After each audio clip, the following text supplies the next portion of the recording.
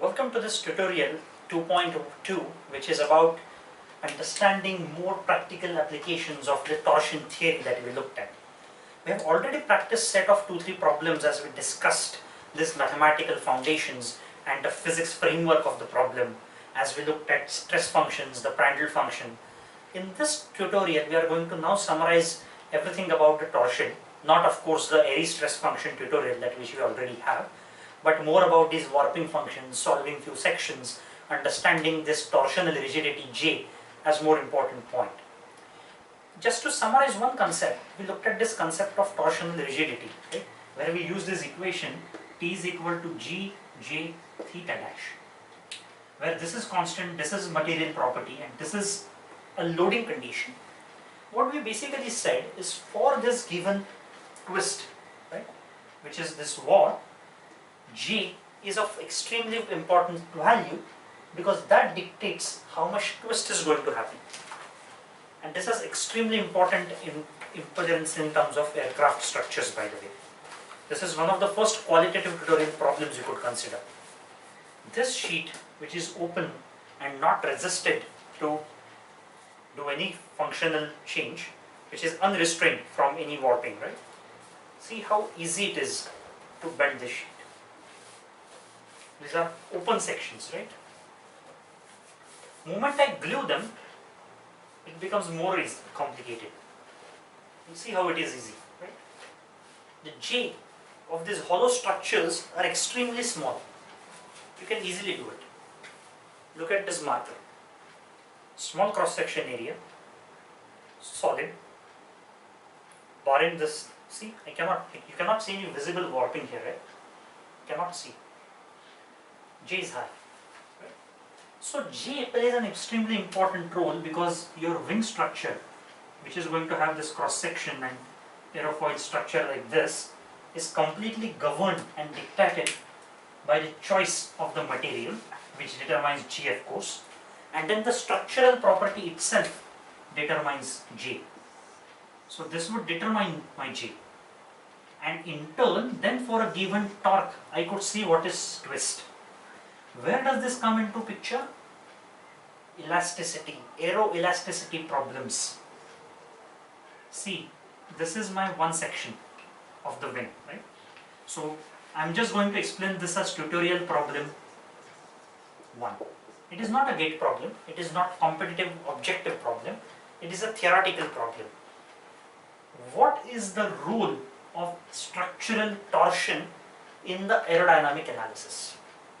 And I could make it an objective question as saying that option A, it increases lift, B decreases lift to something. But let's understand this phenomena very, very clearly. Then in lifetime you will never forget this importance of all these 3 parameters and the theoretical framework that we looked. There is going to be torque as we discussed, right? These are the different wing sections. I am going to call them 1, 2, 3 just for convenience. Some next to middle, almost towards the end, right? Extreme edges we will ignore because, as we said by St. Venant's principle, some of these end effects of stress are local, so we will ignore. This is the root cord, which is attached to the fuselage. This is getting distributed with lifts, right, and its twisting movement, which means the torque which is generated by aerodynamics is going to twist this wing. So if this was my initial sectional view, the view from this side, if this is the aircraft which is parked, I am looking at it this way. This is the aircraft parked, you are looking at it this way, almost like a line, right? It is going to have this twist, and this twist is going to cause each of these 3 sections, section 1, section 2 and section 3, to actually increase in their angles. These are going to form different angle of attacks. My goodness, aerodynamists suddenly have a worry. So at section 1, angle of attack is alpha. Then here it is alpha plus theta 1. Here it is alpha plus theta 2. So as wing is getting twisted, it is actually seeing more angle of attack. That may be good or bad. If this increases, lift goes up. Right? Imagine these are small enough so that it is still not stalled. Then lift has gone up locally here, which means lift no longer is constant. but has suddenly gone up something like this. Added lift is going to create further movement, which may further twist it. So there is a coupling involved. This is called aeroelasticity, and that's the role of structures. So with this torsional theta dash, the twist that wing brings in, the lift distribution becomes non-linear. It increases towards the edges slightly, further enhancing this tendency to twist further, and at some point when theta becomes large, lift drops drastically over those sections because of stall, local stall, and then these vortices, eddies, get formed. If sufficient energy is built, this may call resonance, increased tension here, and this energy dissipation is going to cause wing to get fractured.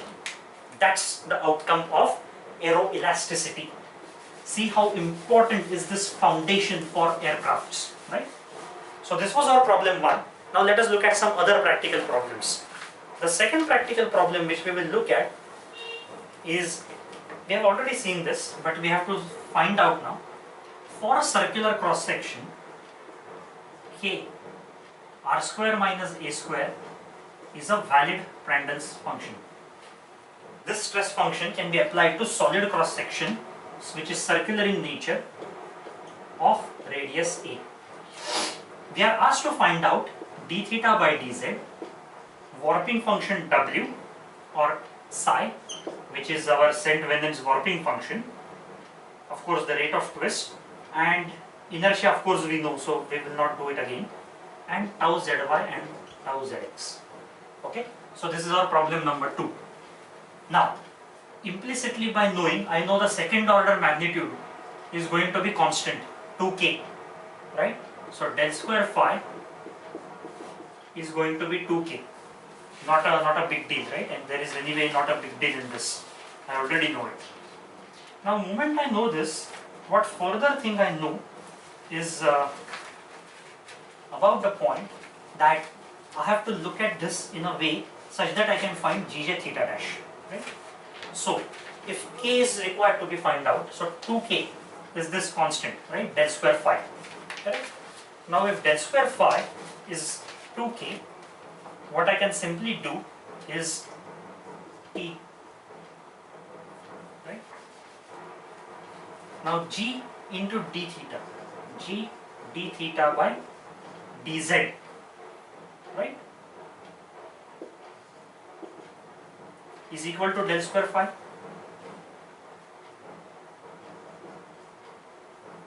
So which means that there is nothing but one important relationship which gives me, I'm just looking at the theoretical term which is called to this, which is used, not the rigidity, but the theoretical term which solves these equations, right? And I'm just trying to look at these to get better understanding.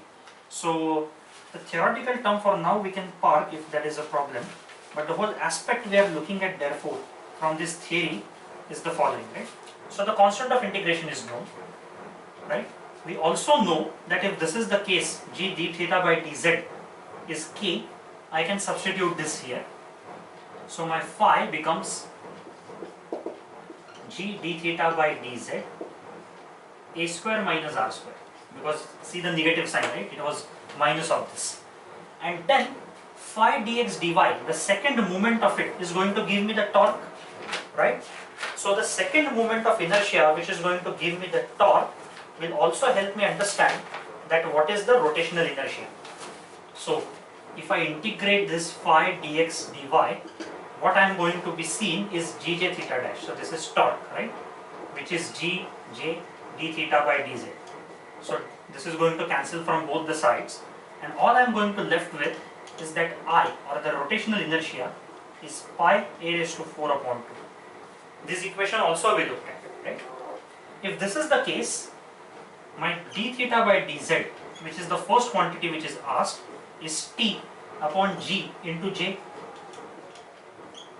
So d theta by dz is found out, right? So my first question is known. Now warping function, right? In warping function, we looked at that there are the two governing equations that are important, right? first of all, most important thing is you have to have a function which satisfies and solves the conditions which are del square psi is equal to 0. Psi on the boundary is going to be 0. Circle is a symmetric problem. Imagine now psi was a function of xy. That would mean this warp is more than the other warp. But then, just by reversing the frame of reference, I would say different torque. Right? See this induction argument which I am doing. For a solid cross section, when this disc is going to move, if I just shift my coordinate frame, W would change. But circle is doubly symmetric, so this just by changing frame should not change. Which means psi has to be 0 everywhere. Circular cross sections of solid nature have no warping. They have pure twist. The rods have no warping but pure twist, and that is extremely important answer. Once these are known, d theta by dz is known, right? It is easy to find tau zx, which is del phi by del y, right? What will this be? Since my phi is known, so I can substitute this as y, and I can get this as, since r is equal to a cos theta x square plus y square, right? So we can differentiate this. So the answer that I will get is tau zx. So we have to look at tau zs and zr. What is this stress in these directions and stress along the surface, right? I can work in polar coordinates here. So then tau zs is going to be del phi by del s, right? Just the mathematical framework here, which is Tr by J, right? Because that's how it has to be. The theta dash is going to come. Tau zx is minus Ty by J. Tau zy is Tx upon J. This is also clear, because the factor of 2 will cancel. This is going to be substituted as x square plus y square, right? So we have solved this problem. But the important outcome of this is that it is a symmetric function. Circular sections have 0 warping, which is some very beautiful outcome. Right? Now let us look at a bar which has a elliptical cross section. So this is problem 3. X square upon a square plus y square upon b square is equal to 1. In this cross section, we have to choose a function. We will choose it again, a symmetric function like this. Because we have to make phi equal to 0 along the outer surface, right? So for this elliptical cross section on this outer surface, this identity will always be true. So I have smartly chosen this function. If this is the case, then what I will get is by double differentiating this, 2c 1 upon a square plus 1 upon b square, right? Del square phi by del x square, which is going to be 2x and then 2. So 2 is going to come out from both the sides. Y square is here, is going to be minus of 2g d theta by dz. This analogy, del square phi is equal to constant, and this constant f is minus 2g theta dash. See our theoretical framework, which means c is nothing but g theta dash. We will start calling this as theta dash. 1 upon a square plus 1 upon b square. This is the constant that is known. Now, once I know this constant, I have to integrate these two. So integral of phi dx dy would simply be this g theta dash upon this entire thing is going to come out, right? So I am still calling it c because we have already found out c, into double integral of 1 upon a square is going to come out. So x square dx dy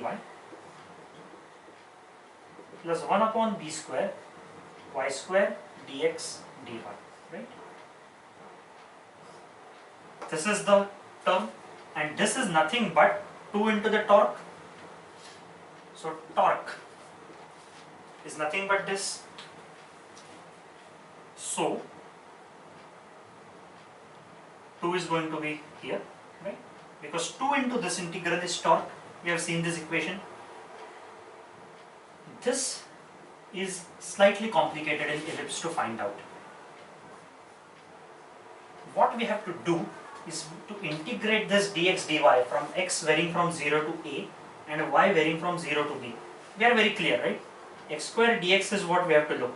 So x cube upon 3 into b, right? And a cube upon 3 is what going to come out. So b into a cube upon 3, and since it is a by 2 minus a by 2 to plus a by 2, because the coordinate frame is such that you have to integrate from minus a by 2 to a by 2, a cube upon 8, so a cube upon 4 will prevail here, a cube upon 8 minus minus plus, so a cube upon 4 into b, correct? And pi is going to be because of the theta, so pi, this is the second moment, so pi a cube b upon 4 and pi a b cube upon 4, these will be these two integrals, right?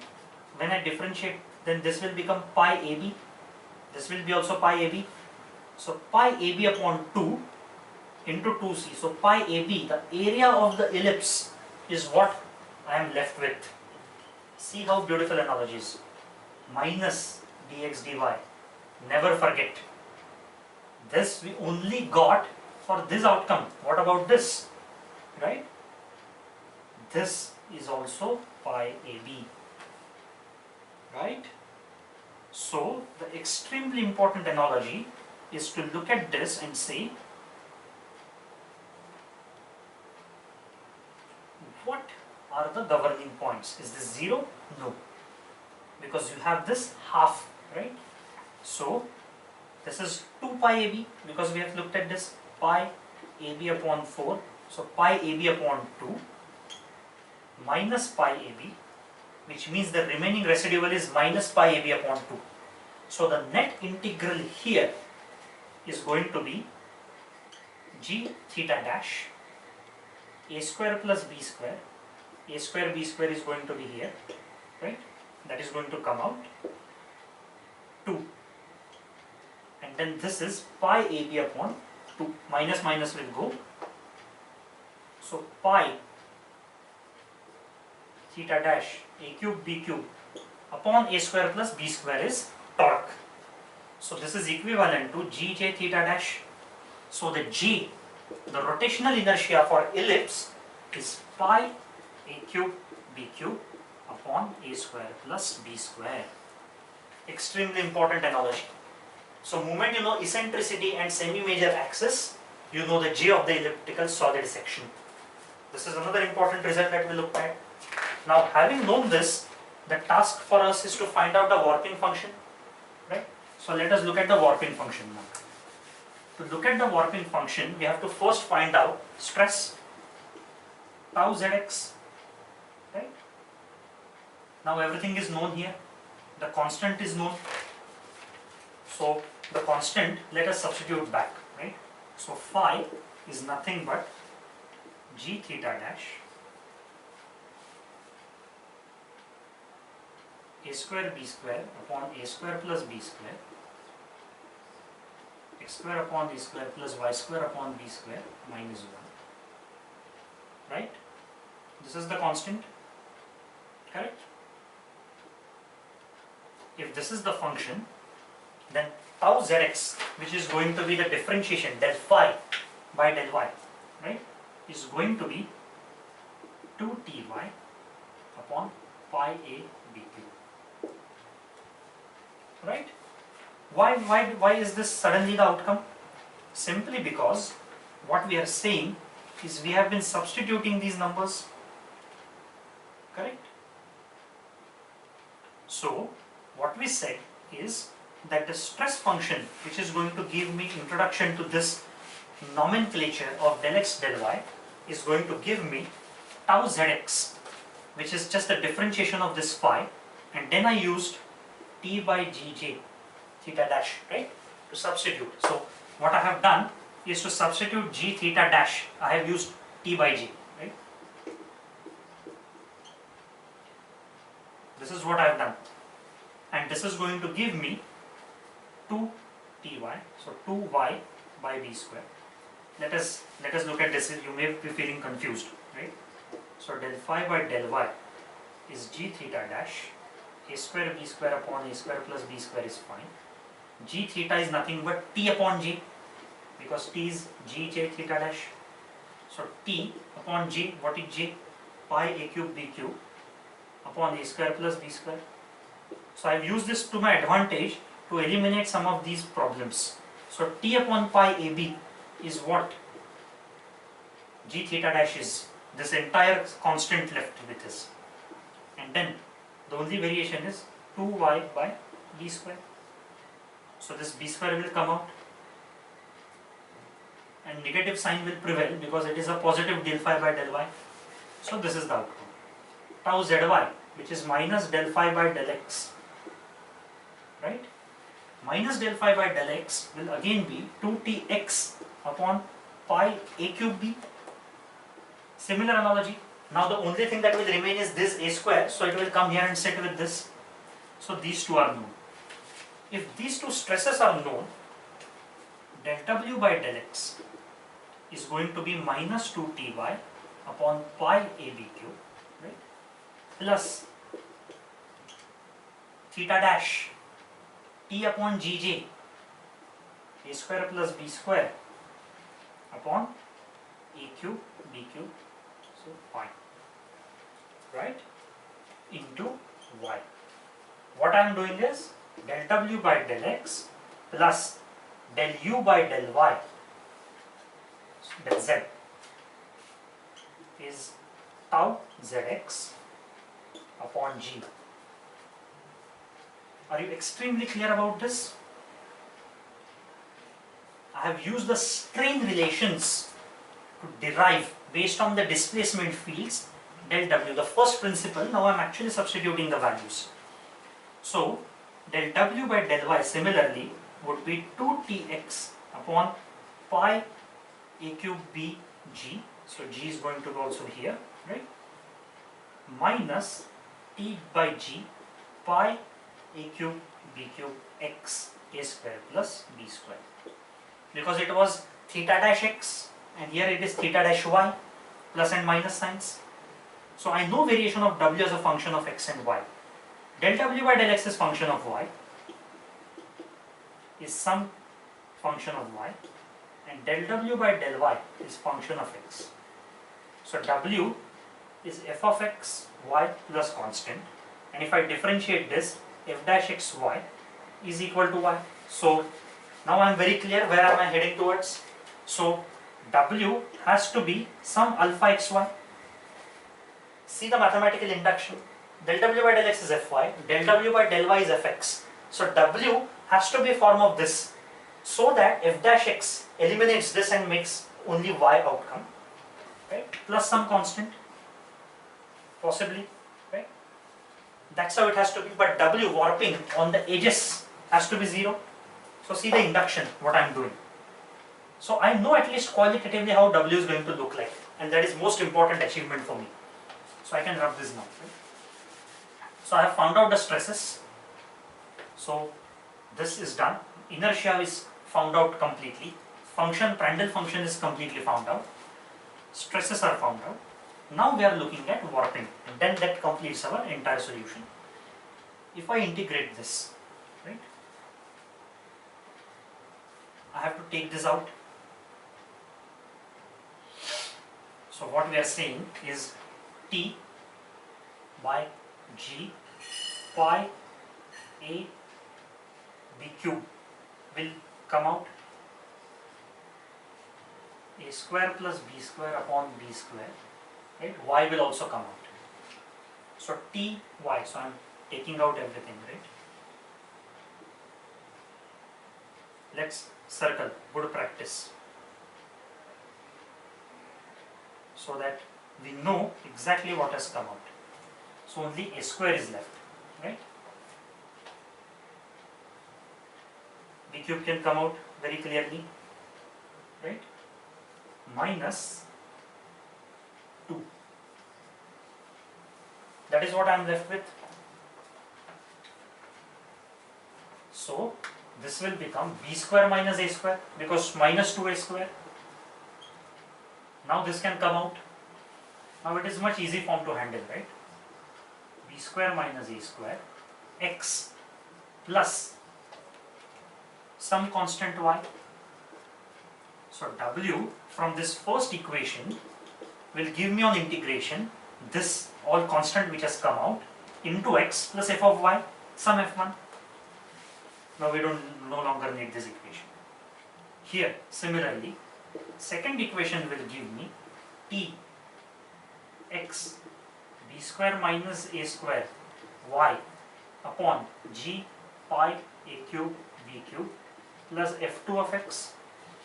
So that this equation holds true, same thing has come out, right? See, in both the cases everything is constant, alpha xy, see, very beautifully.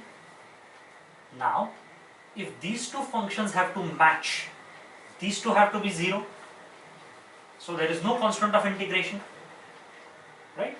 So w is nothing but t b square minus a square upon pi a cube b cube g xy. That's it. So that when x is equal to y equal to 0, w becomes 0. So warping function is also solved. Look at this b square minus a square. A is going to be always more than b. So w is going to be negative, which is also expected, the negative twist. So for ellipse, we have found out all the properties. The twist, right? Theta dash, which is nothing but t by g. So t by g, j is equal to theta dash has also given me what is the twist rate. Formally we can write this t upon pi a cube b cube g into a square plus b square is my theta dash. So I know twist, I know warping, I know these stresses, and I know the function. So ellipse as a cross section is the third problem that we have solved. Now after having this slightly heavy mathematical problems, let us look at few qualitative problems as well. A composite circular, this is GATE 2013 by the way. Composite circular shaft is composed of steel core surrounded by aluminium annulus. So it is this composite bar. So this is SS and this is aluminium. Okay, that is given. Perfectly bonded to each other. This is problem number 4. Right? They are perfectly bonded to each other and it is subject to pure torque. Then what would happen?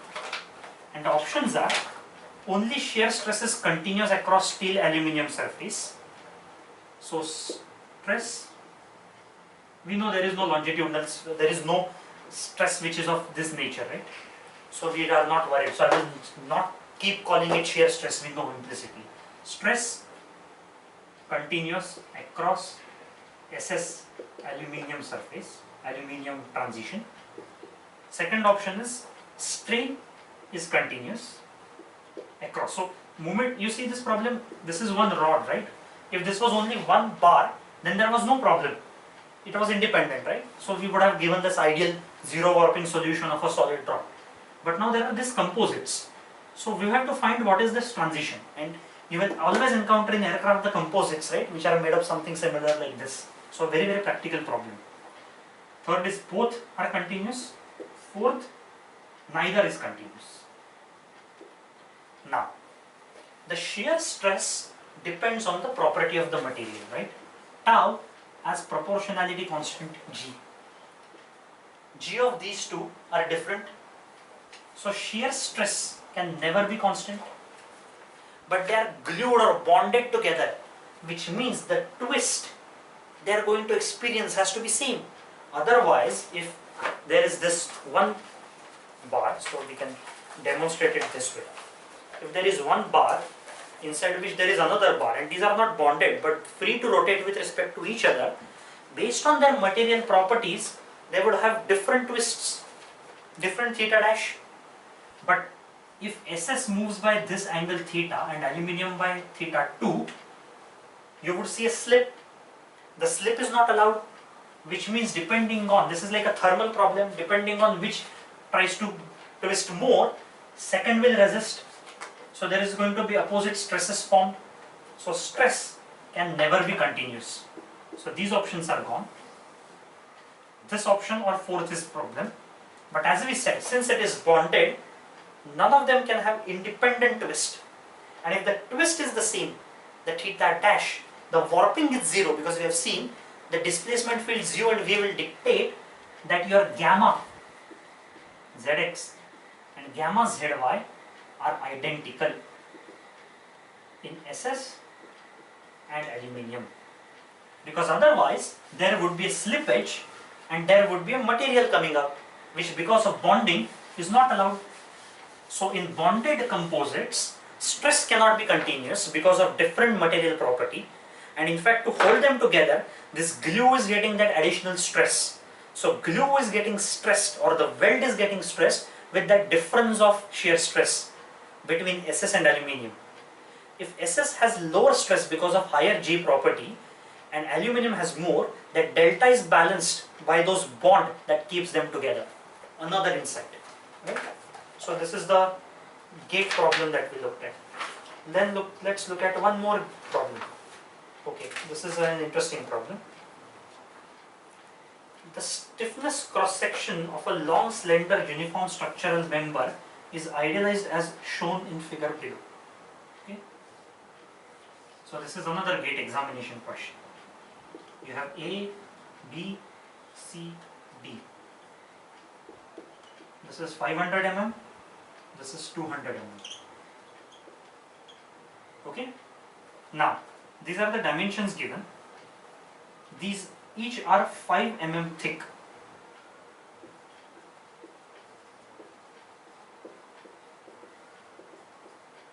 So each web ABCD are 5 mm thick, and it is subject to a twisting moment of 10 kilonewton meter. Okay, so it is given. The magnitudes of shear flows in the web QAD,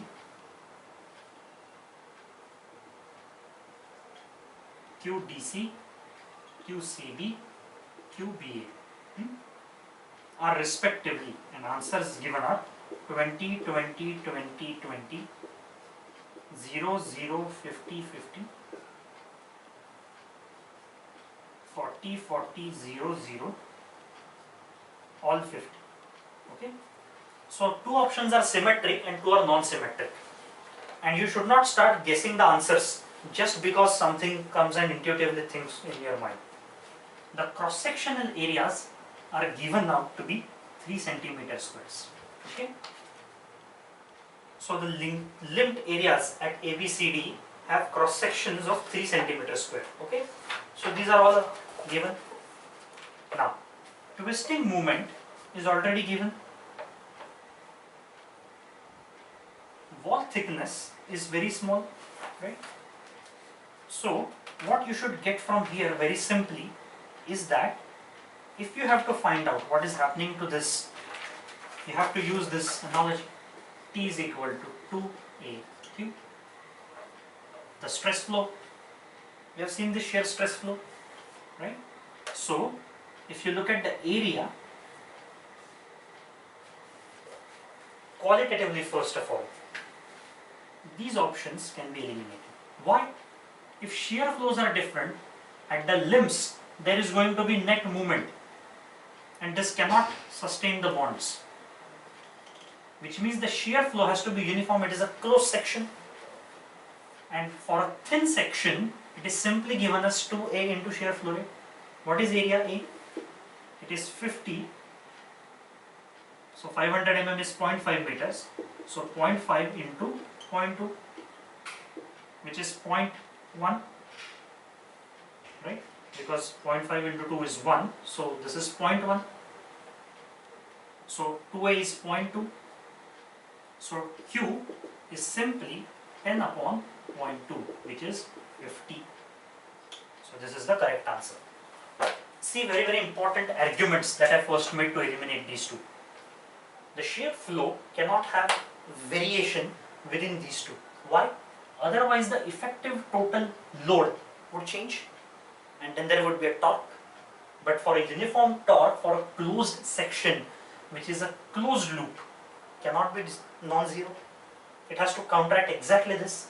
So T is 2 into area of this into the shear flow rate. So that's why shear flow is uniform. And once I calculate, I eliminated option 1, which was 20, just from mathematics. Next question. Next question is actually from another GATE point of view. A 3-stringer thin sheet beam with cross section like this is given. So it has this section, okay? This is 3 meters.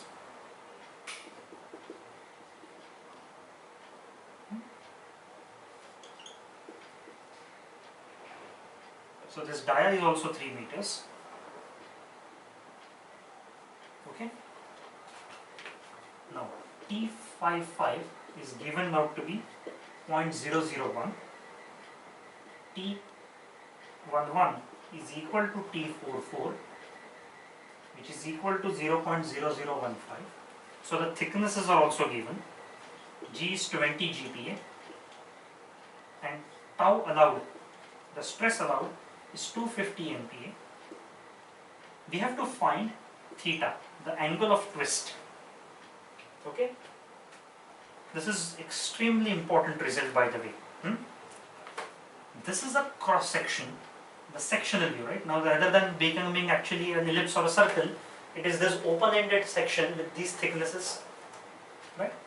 So we have to find out the shear flows, what is happening, and based on shear flows we have to substitute these taus. So first we have to find the area. Since these are rectangular, right, because this is 3 and 3, it means this is 90 degree and these are 45 degrees equal. So the area of this cross section is half pi r square plus half into p square, which is this base, which is nothing but pi by 2. Radius is given, right, plus, I'm very sorry, my sincere apologies, this is not 45. The question actually corrects itself. So this is given as 2. So this is right angle but with different angles. So the radius is 1 plus half into BH, the base into height, right? So 2 into 3. So it is pi by 2 plus 3, which is 4.57 meter square, because this can be taken as 1.57. So 4.57 is the area, right? See how quickly I did this calculation. Now T upon 2A is going to be Q, which is T upon 9.141 Newton meter. If this is torque T, right, theta is nothing but Q upon 2AG integral of ds upon T, right? We have seen this shear flow. Now what will be this integral? This integral ds upon T, which I have to find out, is nothing but, area is known by the way, right? 9.141 into G is 20, which is GPa. Okay? So this is GPa, this is Q. ds upon T is going to be 2 pi upon 2 into T55. So thickness along this is 2 pi upon 2 into 0.001 plus along this is going to be 3, because S is nothing but this is 2 pi r. So 2 pi upon 2 into this, right, upon 3 into T11. T11 is nothing but 0.0015, right, plus 3.6, right, this is the diagonal, 4 plus 9 square root of 13, and this number is provided as approximately 3.6 upon 0.0015. This is integral of ds upon T. If I quickly look at this 2 is going to go out and this is becoming 1000 pi, right, because 0.001 is 1000 pi, 3140. This is going to be 0.015 into 30, so 0.15 into 300, 1.5 into 3000, 15 into 30,000. So this is 2000. See how quick mathematics I am doing. 36,000 upon 15, right? 2,400, right?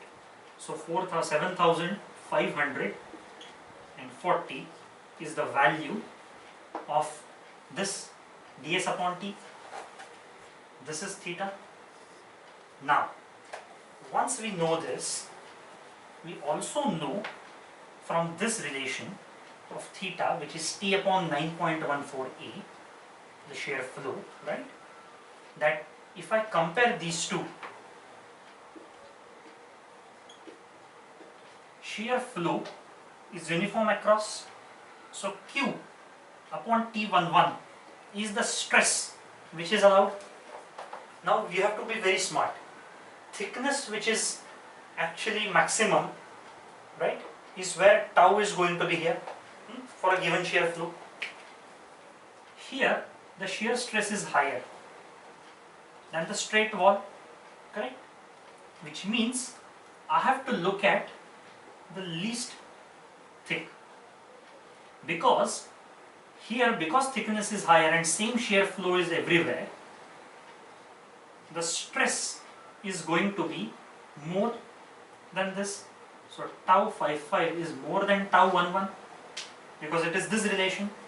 So I have to use Q allowed as 250 MPa into the T11, which is 0.001. So 25 into 0.1, which is 2.5. So 0.25. Right? And this is further substituted as T, and so you would get theta as 9.1 T upon G. See how I solved it? I looked at allowed Q, which I substituted here, and then I looked at the twist. So I substituted it as 0.25 into 7,500 and I got the theta value. So the maximum theta value then can be based on the minimum, right? This is the fifth problem that we have solved. This gives us a reasonably good flavor of torsion and the torsional problems. And the outcome is, with this tutorial, we have closed the entire torsion section and how the problems are solved.